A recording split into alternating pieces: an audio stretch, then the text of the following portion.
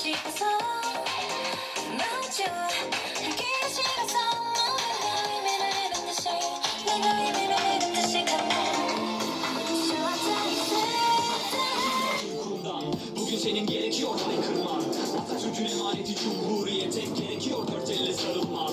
Doğuda halaya, kuzeyde horona el uzat birlikte cumhuriyet doğar. Umutla her sabah konuştuğun her lafta kutlanan her anda cumhuriyet.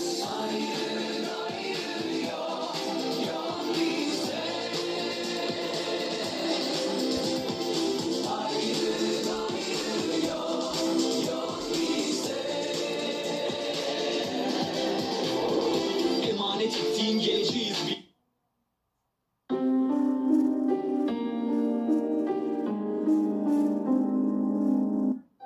Yalanlarım, hatalarım başıma dert oldu.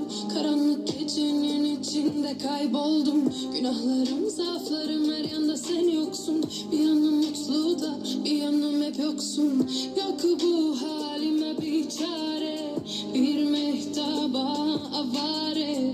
Şarkımı söyler dur